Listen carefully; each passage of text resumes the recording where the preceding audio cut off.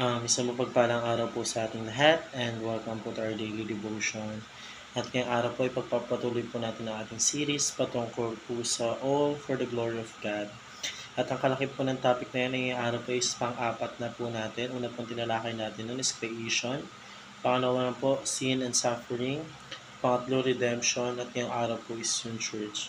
So pag sinabi po natin church, ito po yung bulwagang sambahan po ng mga tao kung saan doon po sila pumupunta. Although, pwede naman po tayo makipag-usap sa ating Panginoon Diyos sa pamamagitan ng po sa bahay natin, pero mas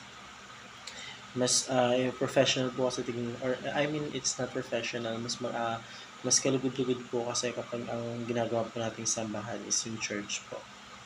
So, tayo naman po dumako po sa ating scripture po. Ito matatagpuan sa Ephesians chapter 3 verse 21. At ito po ang sabi sa English, "To Him be glory in the church and in Christ Jesus throughout all generation, forever and ever. Amen." Ito naman po ang sabi sa Efesos sa Tagalog po. "Sa Kanya nawa ang kaluwalhatian sa pamamagitan ng Iglesia at ni Kristo Jesus sa lahat ng salinlahi magpakailanman. Amen."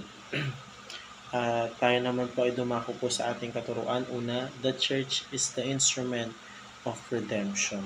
So, ang church daw po isa sa mga instrumento po na ginagamit para po sa redemption po. Ito po yung pag-redeem natin ng ating mga kasalanan. Ito po yung pagbibigay po natin ng ating loob sa ating Panginoon Diyos kung ano po yung mga nagagawa nating kasalanan. Pag sinabi po kasing redemption, ito po yung nire-redeem, pag sinabi po natin redemption, ito po yung natatanggap po pala natin sa ating Panginoon Diyos.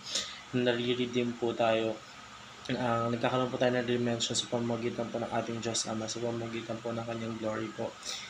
At ang redemption po is napakalaking bagay po sa atin. Kasi po dito po natin nalalaman kung alam po ba natin sa sarili natin na gano'n na po ba tayo kalalim na meron po ugnayan po sa ating Panginoon Diyos. So, pangalawa naman po, the church is the light of God's glory.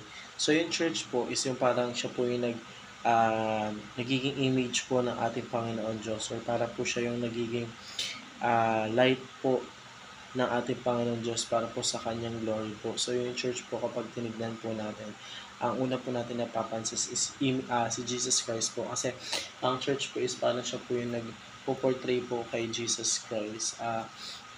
Kung saan po yung glory po ng ating Panginoon Diyos is umaapaw po dun sa church po na yun at nagkakaloob na po yun dun sa mga anak na po na nananampalataya po sa Kanya. So, light of a God's glory po.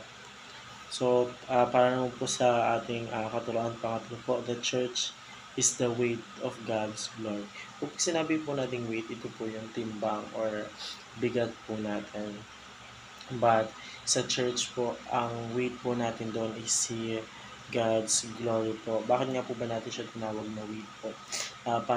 Tinawag po natin siyang weight kasi alam naman po natin na nandoon po yung loob ng ating Panginoon Diyos. Nandoon po lahat ng kanyang loob po, ng bigat po doon po sa church na yan. So, bilang isang nga po ulit, sabi the church is the weight of God's glory. So, yun lang po para sa araw na ito. Maraming salamat po sa pakikinig and see you po ulit bukas para po sa ating daily devotion.